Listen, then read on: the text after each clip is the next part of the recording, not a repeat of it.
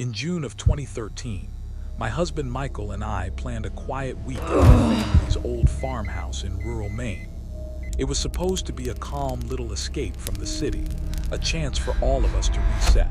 Then, at the last minute, Michael's leave from the U.S. Army was denied. Rather than cancel, I decided to take our two kids, Emily, 10, and Jacob, 8, up there on my own. The farmhouse sits a few miles outside Ellsworth, surrounded by acres of wild Do not fields. engage yet. My grandfather built it in the late 1940s. It's plain and creaky, with a sagging porch and that comforting smell of old wood, but it can feel very cut off. Cell service is unreliable. There's no alarm system, just old locks on doors and windows. We arrived on a bright afternoon. Emily and Jacob tore off to see the orchard and the little flower garden out back. Everything felt normal. I unpacked groceries, checked the plumbing, and felt a quiet relief settle in. Even without Michael, it felt good to share this piece of my childhood with them. The next morning, I stepped onto the porch with my coffee and noticed something strange. An old deck chair by the railing was no longer where I'd left it. It had been dragged halfway across the porch. I assumed one of the kids had moved it, but when I asked, both swore they hadn't touched it. Later, I realized the small garden gnome by the flower beds had also shifted a few inches from its usual spot. Little things, barely worth mentioning, but enough to make my skin prickle. With no cameras and no neighbors nearby, there wasn't much I could do. I rechecked the locks and told myself I was overthinking, even as I kept replaying the question. Who would move a chair or a statue, and why? That afternoon, Emily and Jacob were playing tag near the bushes along the back fence while I washed dishes inside. Jacob suddenly shouted my name. I rushed out, bracing for a skinned knee or a bee sting, but both kids looked shaken, faces pale. Jacob whispered that he'd seen a man in a white mask peeking at them from the brush. Emily nodded, adding that the man had crouched down as soon as he realized they'd noticed him. My heart lurched. I ran to the fence line, scanning the trees. No one. I tried to stay level-headed. There are a few houses scattered along the road. Maybe some weirdo neighbor had wandered onto our land. I told the kids we were staying inside for the rest of the day and made sure the doors were locked when night fell. We ended up sleeping all together in the living room, on the pull-out sofa. Every creak in the floorboards had me tensing up, listening. But aside from my own racing thoughts, nothing happened. The next morning, walking around the side of the farmhouse, I saw footprints in the soft dirt. Someone had walked a full circle around the house, close to the walls. My heart hammered. This wasn't my imagination. Someone had been prowling around while we slept. I spent the day on edge, watching every ripple of grass like it might stand up and take shape. That evening, after I tucked Emily and Jacob into bed, I stood at the window overlooking the garden. That's when I saw him. A tall figure stood near the gnome, half hidden in the shrubs facing the house. He didn't move. He just stood there as if studying us. I froze. Then he turned his head toward my window. Even at that distance, I felt the weight of his gaze. The moment he realized I was watching, he spun and bolted across the yard, vanishing into the same line of bushes where the kids had first seen him. First thing the next morning, I called the local police. An officer named Benson showed up within an hour. He walked the property, checked for footprints, signs of forced entry, anything. He didn't find much beyond what I'd already seen. No clear prints, no obvious trail, nothing to identify the man in the mask. Explaining it all felt both alarming and slightly ridiculous. Moved objects, vague footprints, a figure in the dark. But it was all I had. The rest of the week passed quietly. Whoever that man was, he never came back. At least not that we saw. Maybe the police visit scared him off. Emily and Jacob stayed jumpy for a day or two, but eventually we tried to focus on the simple parts of the trip. Picking apples, board games, long walks down the lane. I never completely relaxed. Every night I sat by the window for a while, scanning the yard for any sign of movement. Nothing. When our vacation ended, I was relieved to drive back to town, to neighbors and streetlights and noise. I told Michael everything, but without proof there wasn't much to be done. I still think about that masked man sometimes, wondering who he was and what he wanted out there in the middle of nowhere. I worry he's done the same thing to other families, maybe just watching, maybe planning something worse. I was 19 in 2013, working the overnight shift at a small gas station on the outskirts of Redfield, about half an hour from home. My hours were 10 p.m. to 6 a.m. Long, quiet nights of cold coffee and trying not to fall asleep behind the register. When I took the job, I figured it'd be easy. Ring up snacks, handle the odd fuel question, and kill time. The area was calm, and most nights nothing happened. The first time I saw the old man was a Tuesday in early November.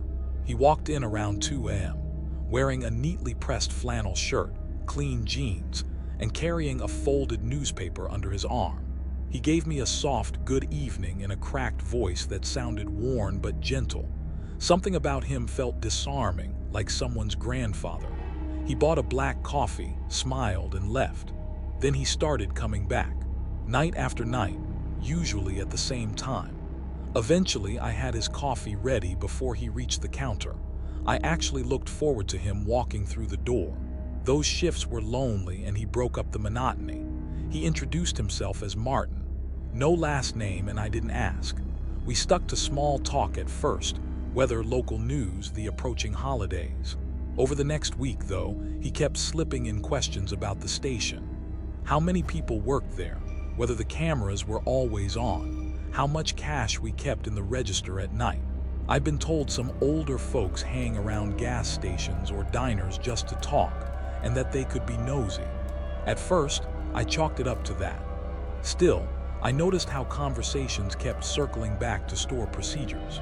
On November 10th, around 3 a.m., Martin leaned against the counter with his usual coffee and asked if I felt safe working alone. I shrugged and told him we had a decent security system, never kept more than a couple hundred in the drawer, and that my manager, Don, liked to drop in unannounced sometimes. He listened closely, brows slightly furrowed, then nodded and changed the subject. A few nights later, 2 local cops came in. I'd never seen them before. They seemed tense and asked if I'd noticed any suspicious activity in the area. I froze, thinking of Martin and his oddly specific questions, but all I said was that nights were usually quiet, just regulars. They left abruptly, buying nothing. I was left with a knot in my stomach, but I told myself I was overthinking it. Meanwhile, Martin kept coming and I kept talking. By mid-November, I'd let slip details I never should have. That the security cameras sometimes glitched, that I was the only one with keys to the supply room after midnight, that I had a regular routine for counting the money at the end of my shift. I didn't think of it as giving information at the time. I was just happy to have someone to chat with. On the night of November 19th, there was a strange tension in the air. The parking lot was empty, the overhead lights seemed dimmer than usual, and Martin never showed. That, for some reason, put me even more on edge. By 4 a.m., I hadn't seen a customer in nearly 2 hours, which was unusually slow. I left the counter to restock sodas in the back. That's when I heard a loud crash behind me. My heart leapt. I rushed to the storage area and found the back door wide open, a few boxes knocked off the racks. Then I saw them, 2 men in ski masks sprinting through the storage room. One carried a duffel bag, the other what looked like a pistol. They didn't see me. I ducked behind an aisle, barely daring to breathe. Seconds later, I heard the back door slam and their footsteps fade into the night. I ran to the register and called the police. By the time officers arrived, whoever had done it was long gone. The storage room was torn apart. The register had been forced open and emptied. One of the cameras was smashed. The police took my statement and told me the break-in matched a pattern of robberies in nearby counties. The next day, they asked me to come in for more questioning because I'd mentioned a regular named Martin. They showed me a grainy still from another station's camera. The same man in a flannel shirt, but with a hard, focused expression I'd never seen on him. No warmth, no smile. My stomach dropped. They grilled me. how long I'd known him, what we talked about, what I'd told him about the station. That's when it clicked. He hadn't just been friendly, he'd been collecting details. I realized he'd used my loneliness and eagerness to talk to plan the robbery. I felt sick. About a week later, my manager called. Martin had been arrested. His real name wasn't Martin. The police had found him barricaded in his basement, surrounded by stolen cash, merchandise, and meticulous notes on different stores, including ours. One of those notes was a list of employees. Names, shifts, little details. Next to my name, he'd written a phone number that wasn't mine. No one ever figured out whose number it was or why he'd put it there. That's the part that still gnaws at me. Before the next story started, the narrator's voice on the channel cut in with a quick reminder. If you were new, you should subscribe and turn on notifications so you wouldn't miss upcoming scary stories. And if you enjoyed them, to share them with friends and family. Then the next account began. I was a junior at Greenfield College in upstate New York in October 2019. My life ran on autopilot. Wake up around 7 a.m., first lecture at 8, lunch with friends around noon, library or study groups in the evenings. I lived on the second floor of Maple Hall, an all-girls dorm. Narrow hallways, identical wooden doors, the usual hum of voices behind thin walls. One Monday afternoon, my friend Kristen mentioned she'd noticed a tall man in a black hoodie hanging around near the student center. She said he lingered where I usually walked, watching from a distance. I laughed it off. I hadn't seen anyone out of the ordinary. Kristen shrugged and said maybe he had a class nearby.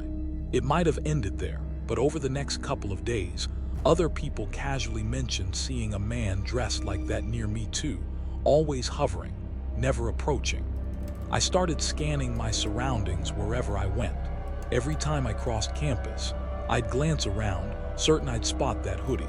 A few times I thought I caught a dark shape at the edge of my vision, but whenever I turned, it was just another student or no one at all.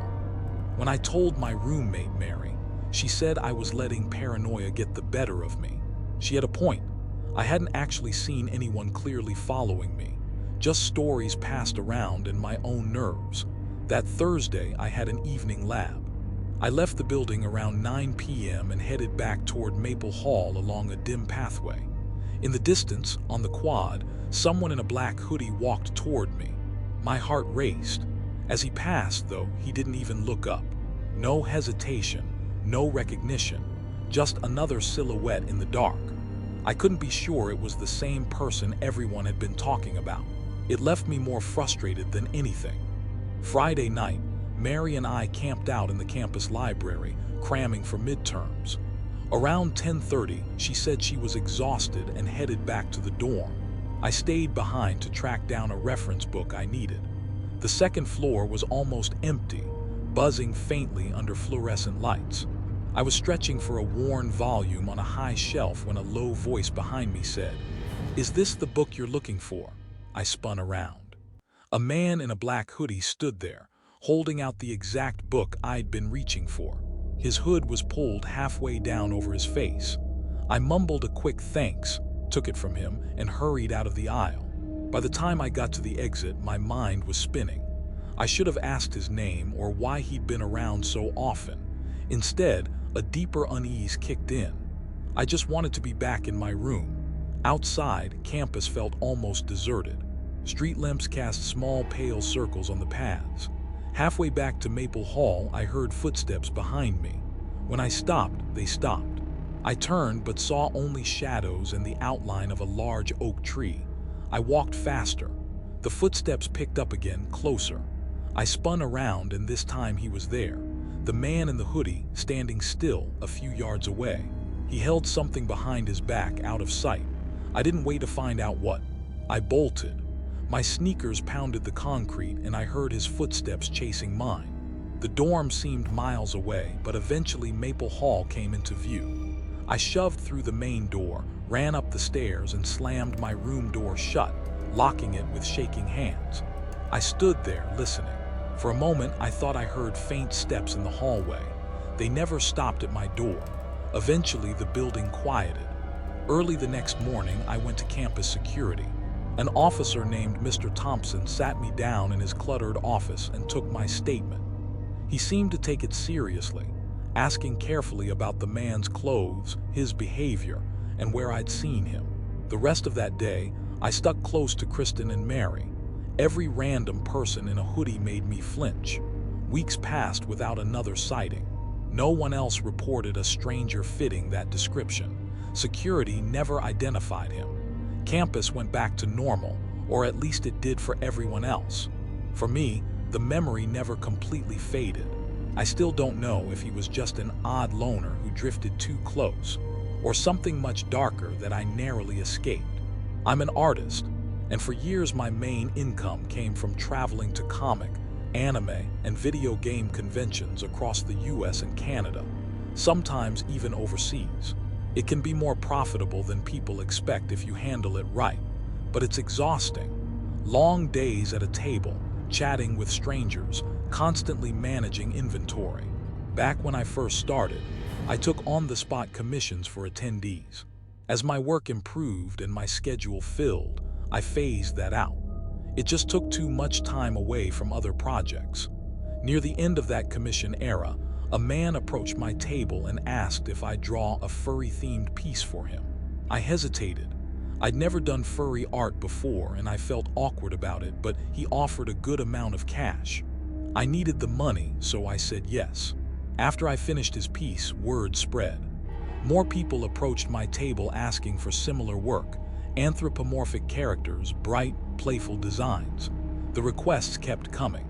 Eventually, I set up a separate account on a furry-focused art site, using a different screen name. It let me keep that side of my work separate from my main convention identity. I figured it wouldn't interfere with my regular gigs. Most of the people I met through that account were friendly, a few a little odd, and some with very specific tastes. Over time, I struck up a friendship with another furry artist. She claimed she wasn't deeply into the furry scene socially. She just liked the art and the welcoming community. I related. I appreciated the audience, but it wasn't my lifestyle either. After several months of talking, she suggested we meet in person. There was a combined event coming up, an anime convention I was already attending, and a furry convention at the same venue that same weekend. She offered to share her dealer's table for a day and split a hotel room to cut costs. Artists do that all the time, so it didn't feel unusual. I agreed. I arrived on Thursday for the anime con. Her furry event had already kicked off. She texted me to swing by her table in the dealer's den. She'd arranged a temporary badge for me, so I picked it up and went in. The room was full of color, elaborate fursuits, glowing accessories, people moving with a different kind of energy than the cons I was used to. At my friend's table, a bright pink cartoonish wolf in a full fursuit was standing behind the display. I assumed it was her. I'd never seen her in costume before.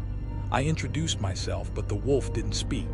Instead, she nodded, used a little squeaker hidden in her paw, and relied on exaggerated gestures to communicate. No words at all. It threw me, because online she'd always been talkative and sarcastic. I figured maybe staying in character at conventions was just her thing. We worked the table together for a few hours. I sold some small prints, made polite conversation with customers, and tried to ignore how uneasy the silence from inside the suit made me feel. Around 7 p.m., we packed up. She stayed in full costume, still not saying a word, just squeaking and pantomiming. Back at our shared hotel room, I flopped onto one of the beds, exhausted. She came over in full suit and, without warning, reached down and tickled my exposed side. I jerked back, heart racing. She kept up the same cutesy body language, like it was all part of some playful act, but something about it felt off. Trying to keep it casual, I asked if she was going to take off the suit. She made a showering motion, grabbed some things, and disappeared into the bathroom. That was when my unease turned into real alarm. I didn't want to be alone in that room waiting for someone I couldn't even see or talk to properly. I noticed her wallet sitting on the table. Earlier, I'd seen her slip the room key into it. Wanting to get out for a bit, I figured I'd grab the key, head downstairs, and come back later with a friend. I opened the wallet and froze. The ID in the clear pocket showed a middle-aged man with a scruffy beard, thinning hair, and a grim expression. Definitely not the young woman I'd pictured from our chats. My stomach dropped. I just spent hours alone at a table, and then in a room with a person I didn't know at all, someone who had been pretending to be someone else entirely. I grabbed the hotel key, tossed the wallet back onto the table, and bolted. I ran down the stairwell and didn't stop until I reached the lobby. From there, I called a friend who was also at the anime convention. He's a big, physically imposing guy, and I knew he'd take this seriously. He agreed to go up and grab my stuff for me. When he came back, he said the room was empty. No fursuit, no luggage, no trace of anyone. I spent the rest of the convention crashing in his room, avoiding the dealer's den, and going through my online accounts one by one, blocking that friend on every platform and shutting down my furry alias entirely. The money I was making there wasn't worth risking another encounter with someone who wasn't who they claimed to be.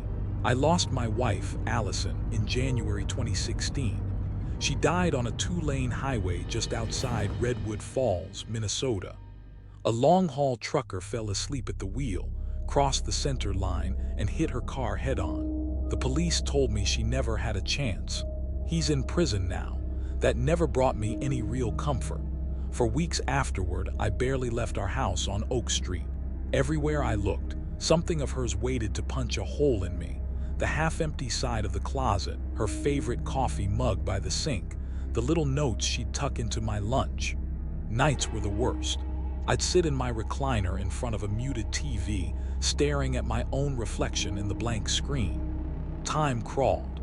One Saturday night in mid-February, the ache of missing her felt unbearable. Around 10:30 p.m. on impulse, I grabbed my keys and jacket and decided to visit her grave. It was late, the roads were empty, and a cemetery near 11 p.m. was the last place I should have been headed. But I needed to be near her, even if it was just a piece of stone and earth.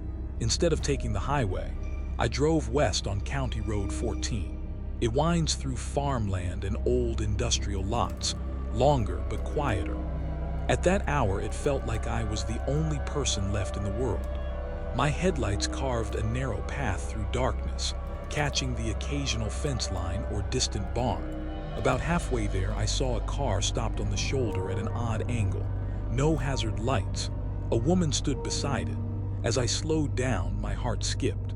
From a distance, she looked alarmingly like Allison. Same height, similar brown hair pulled into a loose ponytail. Grief can play tricks on your eyes, but in that moment it felt like seeing a ghost. Without thinking much about it, I pulled over. I rolled down my window and she stepped closer. She said her car wouldn't start, speaking softly, her voice carrying just enough tremble to stir my instinct to help. I told her I worked as a mechanic at Don's Auto Service in town and offered to take a look. She seemed relieved and led me to the front of the car. She popped the hood. I checked the battery cables, belts, hoses, everything I could get to in that dim light. Nothing looked obviously wrong. The whole time, my thoughts kept snagging on her resemblance to Allison. It made my skin crawl, but I pushed the feeling down and tried to focus. Then I heard a shuffling sound behind me. Before I could turn, a brutal blow hit the back of my head. The world tilted. My knees gave out. As I collapsed, vision blurring, I caught a glimpse of 2 men emerging from the darkness. One held a steel rod. The woman stood off to the side, her expression icy. There was no surprise in her face, only intent. Then everything went black. When I woke, I was in a hospital bed under harsh fluorescent lights. Pain throbbed at the back of my skull. A doctor who introduced himself as Morgan explained that he'd been driving to Redwood Falls Hospital for his night shift when he saw me lying on the side of County Road 14. There had been no other car, no woman, no one. Just me, unconscious and bleeding. I asked about my own car. He said there'd been no vehicle anywhere near me.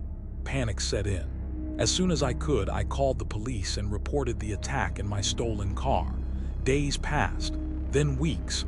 Every follow-up call ended the same way. They were looking into it. No surveillance footage, no witnesses, no sightings of my license plate. Nothing. Friends tried to comfort me, saying it was probably just an opportunistic carjacking and I'd gotten unlucky. A few gently hinted that maybe my grief had confused the details, that the woman might not have looked as much like Allison as I remembered. But I know what I saw. I remember the ponytail, the shape of her face, the sound of her voice. And I remember realizing, too late, that she'd been the bait. I still visit Allison's grave, but never at night anymore. I leave flowers, straighten the grass, and think about that stretch of road.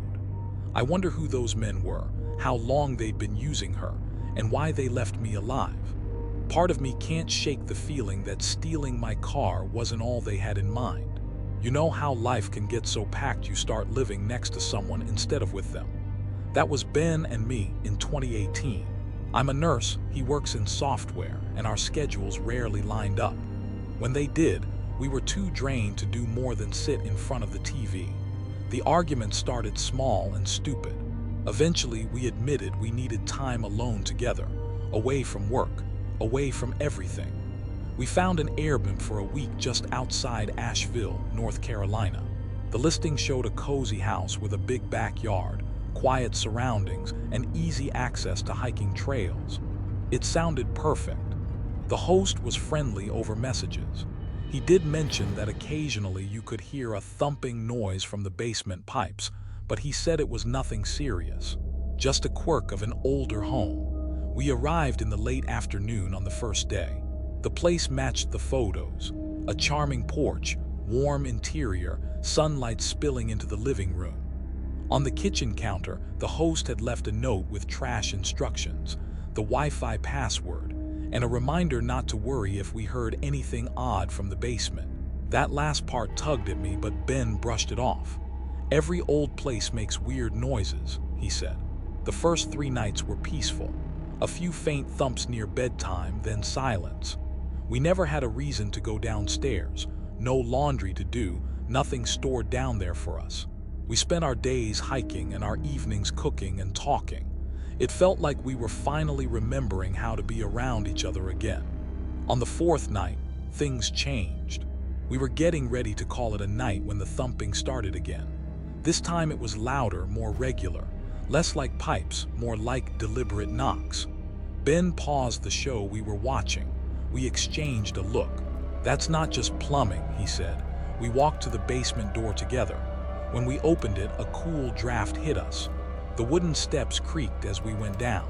The basement was colder than the rest of the house and had that stale, abandoned smell. Boxes and old furniture lined the walls. At the far end stood a heavy metal door with a rusted padlock. The thumping was clearly coming from behind it. We just stood there for a moment, listening. Then we tried calling the host, straight to voicemail.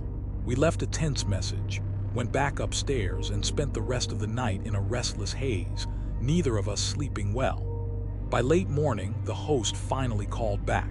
When we mentioned the locked metal door and the noise behind it, his tone shifted, irritated, almost defensive. He said it was just an old storage room full of junk that hadn't been touched in years, and repeated that we should stay out of the basement and not worry about it. Ben pressed him, but he stuck to the same line. That night, right around 10 p.m., the sound returned. Not random banging this time, measured knocks. Rhythmic, desperate. Ben and I didn't even need to say anything. We went straight to the basement. The thumps were loud now, echoing in the concrete space. We walked up to the metal door and knocked. It felt stupid, but the alternative, ignoring it, felt worse. From the other side, we heard a voice.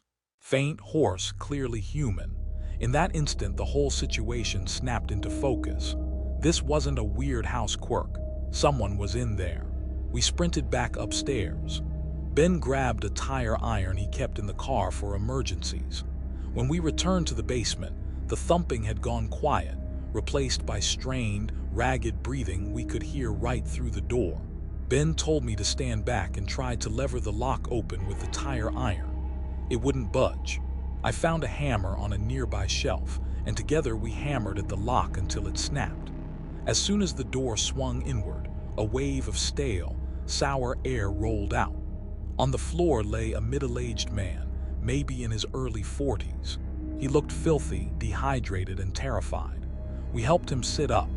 His voice was barely a whisper, but he managed to say he was related to the host. Something had gone very wrong between them, a family dispute that had spiraled into something much darker. He didn't give details, but the way he used the word kidnapped was enough. We called the police. A squad car arrived in about 15 minutes. The officers took our statements, then guided the man upstairs and into an ambulance. More police showed up shortly after and assured us they were going after the host immediately. They told us we didn't have to stay, and we didn't argue. Ben and I packed our things in a rush. It felt sickening to realize we'd been sleeping above someone who'd been locked in the basement the whole time. We drove to a motel a few towns over and spent the night in stunned silence. The next day, an officer called to say the Airbnb host had been arrested and that the man we'd found had been returned to his own family. Our vacation was over. We went home early, both of us aware that if we hadn't gone downstairs that night, he might still have been down there, or worse. This happened in 2005, when I was 10 years old, in a small Iowa town where kids walked around alone without much worry. Our house was about 4 or 5 blocks from the local playground. Normally my mom or dad picked me up, but one evening they both were stuck at work. I decided I could manage the walk by myself. It was late summer. The sun was still up, but the shadows were long. I felt a tiny coil of nerves in my stomach, but kept telling myself I'd done this walk plenty of times. The streets were unusually quiet. No kids on bikes, no one mowing a lawn. Just the sound of my backpack shifting on my shoulder and my sneakers on the sidewalk. Then I heard something else, a soft crunch of gravel behind me. I glanced over my shoulder and saw a tall figure some distance back. Dark pants, some kind of jacket. My memory blurs on the specifics, but I remember clearly how he slowed slightly when he realized I was looking. I couldn't see his face. That bothered me more than anything. I turned forward and picked up my pace, trying not to make it obvious I was hurrying. My heart thudded. I took a different route than usual, hoping to shake him or maybe pass a neighbor outside. Each time I sneaked a look back, he was still there, never getting too close but never falling far behind. His pace seemed calibrated to match mine. I turned onto a side street and passed a run-down, boarded-up house I knew had been empty for years. I'd always been curious about it. That day it felt like my only option. If I hid inside, I thought, he might keep walking and lose track of me. I slipped through a gap in the leaning fence and hurried around to the back. A broken door hung crooked on its hinges. Inside, the air was stale and thick with dust. A narrow hallway led to what had once been a living room. Bits of drywall littered the floor. Trash and an old stained mattress lay scattered around. My hands shook as I pressed myself against the wall, trying to calm down. I felt safer being off the street, but the silence of the place made my skin crawl. That's when I saw him. In one corner, partly hidden by a collapsed section of ceiling, an old man lay crumpled on the floor. His clothes were filthy and torn. He was utterly still. I took a hesitant step closer. He wasn't breathing. His skin was pale and shrunken, the kind of look you see only in movies or on TV crime shows. It hit me then. He'd been dead for some time. Terror surged through me, hot and overwhelming. My eyes burned. At that moment, footsteps echoed down the hallway, slow, heavy, crunching bits of plaster with every step. The only person who could be there was the man who'd been following me. I couldn't look. I didn't want to see his face or find out what he wanted. I ran. I barreled through the debris, crashed through a shattered window frame into the backyard, scraping my leg on something jagged as I went. I barely felt it. I just kept running until I was back on the street. When I looked back, the yard was empty. No sign of the man. No movement behind the warped fence. I didn't stop until I spotted a police car parked near a small convenience store. An officer was standing outside, talking with the store owner. I rushed up to them, crying, words tumbling out about a man chasing me and a dead person in an abandoned house. At first, the officer's expression looked impatient, but it shifted quickly to concern. He opened the passenger door and told me to get in. Inside the car, I shook so hard I could barely answer his questions. He radioed for backup, then drove me home. When we pulled up, my mom was already on the porch, frantic. The officer explained what I'd told him and then left to meet his partner at the house. Later that night, I overheard my mom on the phone with the police station, asking what they'd found. Their answers were vague. They said they'd looked into it, but they wouldn't confirm anything about a body or a suspect.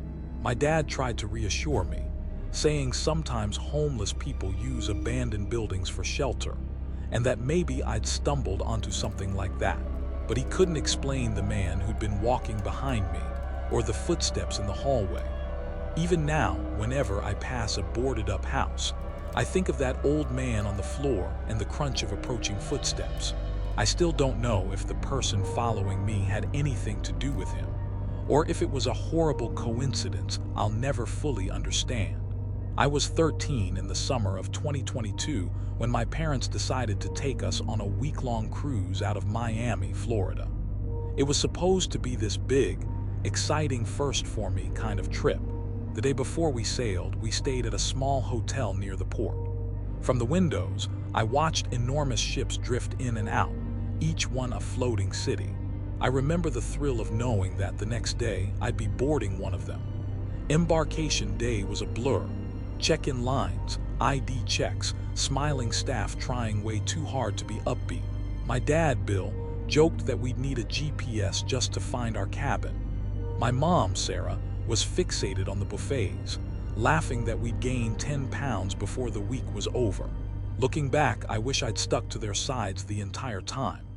The first couple of days at sea were everything I expected. Pools, huge dining rooms, endless hallways, and a loud arcade. I spent most of my time exploring alone, learning the maze of decks and shortcuts. On the second night, as I was heading back to our cabin, I noticed a figure standing behind a row of deck chairs. A guy in a dark hoodie. He lingered just beyond the reach of the overhead lights, so I couldn't see his face clearly. I dismissed it at first. The ship carried thousands of people. Hoodies were common in the cool ocean breeze. Still, something about the way he stood, with his head angled toward me, made me feel watched. By the time I reached the cabin, I felt silly for being spooked by a stranger in a sweatshirt. The next day, we docked in Nassau and joined a shore excursion. I was excited to see colorful markets and old forts. While we waited in line for our tour van near the pier, I glanced back toward the ship. That same hooded figure leaned against a railing in the crowd, his hood up despite the warm air. I couldn't see his face, but I had a strong gut feeling it was the same person from the deck. Throughout the excursion, Queen's Staircase, a couple of historic forts, lunch at a small spot, I kept scanning the crowds. I didn't see him again. By evening, I started telling myself I'd imagined the whole thing. After dinner, I told my mom I was going to the arcade. She and my dad wanted to catch a music show, so I went off on my own. The corridors were emptier than usual. Most people were still eating or at various events. As I walked, I heard footsteps behind me.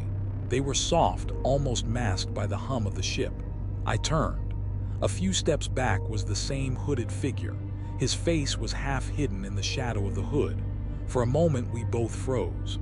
Then he turned down a side hallway and disappeared without a word.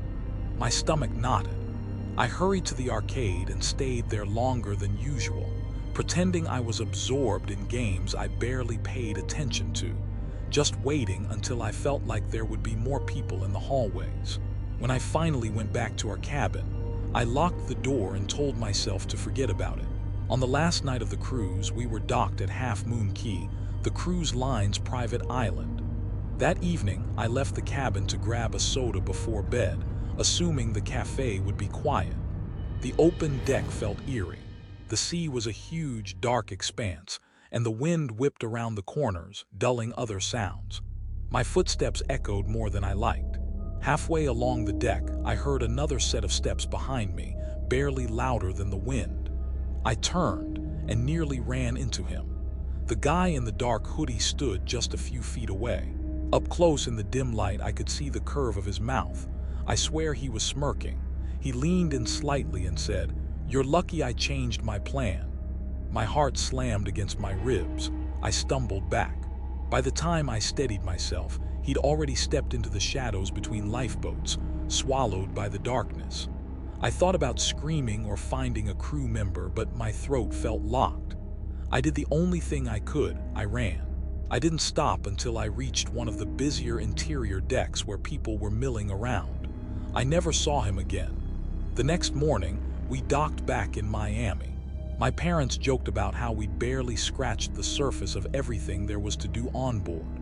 I carried my suitcase down the gangway, silent. I was too embarrassed and too frightened to tell them the full story. I only mentioned that being alone on the ship at night had made me nervous, throwing in a vague comment about weird people and seasickness. To this day, I think about that sentence, "You're lucky I changed my plan," and wonder what exactly he'd been planning before he decided not to go through with it.